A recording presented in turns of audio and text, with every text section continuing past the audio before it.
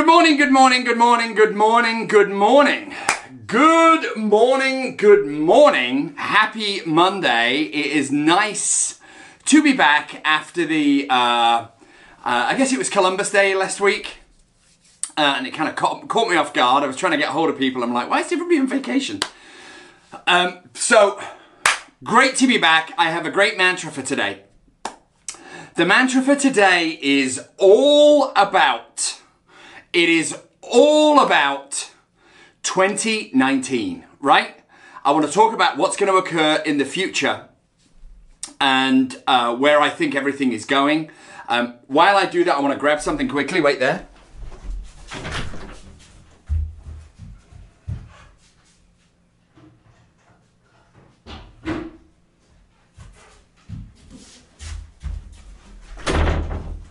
So this was all spurred by, I was watching, you know, I love to keep up with what's going on in the world, not just in real estate, not just in business, but I like to keep up with, you know, technology, where the world is going. If any of you out there are familiar with hyperlink, hyperlink is a magnificent creation. Something that I am also have been thinking about investing in. Not that I have the money like Richard Branson. Richard Branson has just decided to invest in hyperlink. For those of you who don't know what hyperlink is, in a very clumsy way, hyperlink is a way to connect countries and continents essentially through a tube, right? And it is by your boy Elon Musk, and I believe it is going to be the travel of the future, and it's going to allow people to get from New York to London in like 40 minutes. So I believe this is how people will travel around the globe in the future. Today's show is all about future. Where is future Peter going to be? What's happening in the future? Now, I don't mean the distant future. I don't mean, you know, Michael J. Fox Back to the Future distance. I'm talking just a couple of years. There have been some magnificent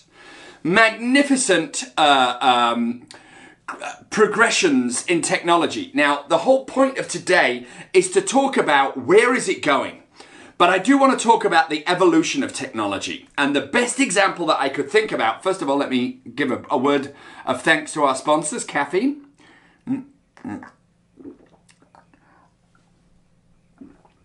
Oh, fantastic. Breakfast to champions. I want to give a few words on the evolution of technology as pertains from, say, the year 2000. So there is that much technology coming out and that much evolution and invention and creation that's occurring. It isn't, the point I want to get across today is it isn't a straight line, right? It isn't like, well, we start here with technology and we end here. It's a curve and it goes really quick.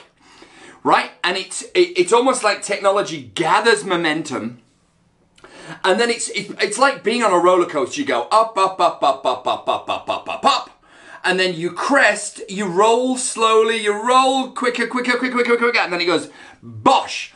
That is where we are at right now with technology in all spheres, not just, morning, Michael. Morning, everybody. I can't see that far. I need stronger glasses. I need bigger glasses. I'm going to get those clown glasses, I think, next time. But technology is on the downward momentum like a roller coaster, meaning it is traveling crazy, crazy fast.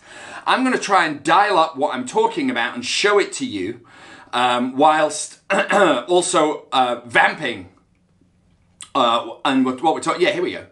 So, what spurred this was, I'd like you guys to Google, to go on YouTube and type in Dubai flying motorcycles. Yes, Dubai flying motorcycles. And I'm going to try and dial it up as I speak to you right now. So, the Dubai, Christ. The Dubai police force have just bought these flying motorbikes, right? Yes, we're at that point in our life. They've bought these flying motorbikes. Now, I'm a big fan of Star Trek, and I'm a big fan of the new Star Treks where there's that awesome scene with the flying motorbike in the beginning. and I'm going to try and show you the hover bike right now. I'm going to try and do it live. This should probably go horribly wrong. Yep, here we go. Open in YouTube. There we go. I'm going to turn it on its side, and I'm going to show you.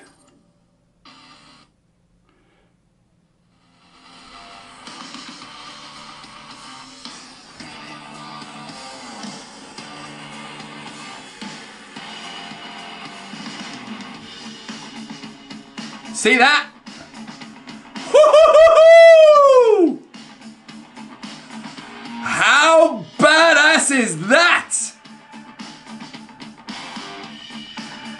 Okay, you guys can dial it up for yourselves, but there is the evidence. Flying bloody motorcycles. So, I want to talk about now how this pertains to business, because that was just an example of, we're at that point. When I was a little boy in school, I always imagined, oh, flying motorbikes and flying cars. Guys, we're there. There is going to be a flying taxi that that comes out. Sorry, I'm just reading my comments. There is going to be a flying taxi as well that is coming out in Dubai. Dubai seem to be leading the way on this. And so we're at that point. There is also another interesting point that we are at, which is, let me dial up my notes, which is we're also cresting the wave. Technology is going to permeate every single aspect of our lives by 2020. We're already there. 2020, technology right now is already thinking for us. It's beginning. We're at that point where technology is beginning to make decisions for us. There is nothing we can do to stop technology permeating every single aspect of our lives. We have more chance of standing on the beach at Santa Monica and trying to stop a wave with our hands. It has become unstoppable. We're also at the dawn of when machines are going to start making decisions for us. They are going to start making basic yes and no decisions. Here is the whole point of the mantra today. I am a huge fan of technology. I embrace it. I love it. I'm really excited about augmented reality, which is where machines will help augment us as humans and not replace us. I think this is a really, really important factor that's going to, as I said, it's going to permeate every single part of our lives. I don't believe we should be John Connor right now out of Terminator, and we shouldn't be trying to destroy technology or talk our clients out of technology. Machines are just simply that right now. They are in their most basic level, yes and no, yes and no. You've heard me say this before. For me, the whole thing with our clients is the following. This is what I believe I'm betting the kids' college fund on, which is this. Machines, at least for now, and I think probably within my work life, maybe by the end of my life, there may be machines that can do this.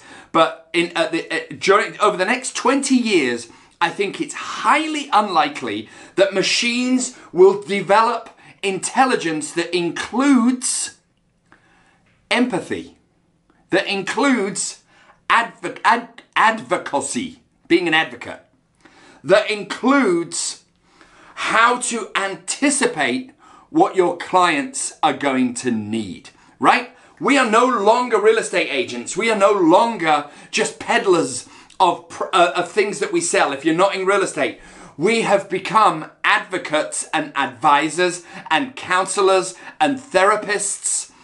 Data is cheap, right? And I see that there's a really big focus on selling data or telling your clients, hey, we got the data, we got the data.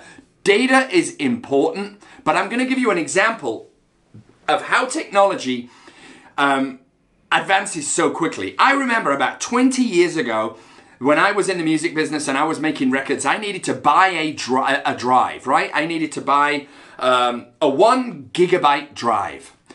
That 1 gigabyte drive cost me $1,000. Yep, a 1 gigabyte drive cost me $1,000, and I had one of the first ones in the city of LA, right? And then I skip forward now to 2017. I have 9 gigabytes in my Apple Watch. So saying that if the whole point of today is if we place our identity in the hands of technology, saying, hey, we're the most tech savvy people, we're the most tech savvy company, we're the most tech savvy agents, we're the most this, we're the most that, you're going to get passed, because technology is only going to become cheaper and more accessible to all people and all parties. The one thing or the skill set that can never be replaced is how can you anticipate your client's needs? How can you be an advocate? That is irreplaceable. How are you going to have only the best interest of whoever you're working with at your heart? These are decisions that machines cannot make. Technology and data is easy to access. And I believe over the next 2 to 5 years, we're at this really exciting point in business around the planet and business in the United States, which is, we're all grappling with this in the same way. This stuff has never existed before. So how do we know how the world is going to react to it? Well, the truth of it is we don't. We're all going on intuition and we're all going on gut instinct. I just know this. Right, I had when I was scuba diving, I got water in my ear. Now, did I go on Google and search out a doctor? Did I kind of go on WebMD? Did I kind of go on Yelp? I didn't. I looked to someone who I trusted and got a referral. This, I believe, will never, yes, I use that word with big letters, never change. However, we can't just rest on the laurels of referrals. We still must curate and nurture and develop a wonderful digital footprint, right? But at the end of the day, and I'm talking more about real estate here than anything else, I believe the industries of real estate, law, medicine, which have immense amounts of technology just crashing into them every single day, will still have a core foundation of, well, did you work with that guy? What was he like? Which can then be supported by technological platforms.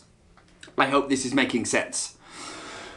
I see real estate agents and I see some businesses that talk about tech, and tech is delicious and sexy and I love it. And please dial up those police motorbikes in Dubai. It's like, oh my God, I'm in Back to the Future, I'm in Star Trek, I'm in all those movies that I dreamed about, that I watched when I was a boy, thinking, wonder when there will be flying cars. Well, there will be flying cars within 12 months. There'll be flying cars within 12 months and there will be commercial flights into space, probably not far behind that. We are there, and at this intersection of history, we are also at the very dawn of machines being able to make decisions, right? They can make simple yes and no decisions. I don't know of any machine on the planet that has empathy. I don't know of any machine on the planet that can refer back to experiences. I don't know any machine on the planet, at least for now, that can have a beating heart and have the intention of our people as the primary focus. Machines, and I love machines, don't get me wrong, I love them. This is not an anti-machine thing, quite the contrary, it's a pro-machine thing, and how do we augment and use them? Machines are binary, yes, no, yes, no, yes, no. As humans, we live in the grey. We spend 23 hours a day in the grey, and that is what makes us, that's what gives us connections to other people. It gives trust, empathy, advocacy, I can't say that word, being an advocate. These are things that can't be synthesized through a computer program. So here is the magic elixir, and I'm going to finish with this. If you can take the best parts of technology to augment the best parts of you, then that to me is the absolute best case scenario for everyone. I see far too many people placing their identity into technology, and companies as well, placing their identity into technology. People don't care so much about the tech. They care about the result and they care about the service. And I believe that will never, ever, ever, ever change. So with that, ladies and gentlemen, the Back to the Future edition of Monday Mantra. Look up those flying motorbikes and flying taxis in Dubai. I will see you all again next week. I'm really glad to be here. Oh, see you again. Toodaloo. Bye.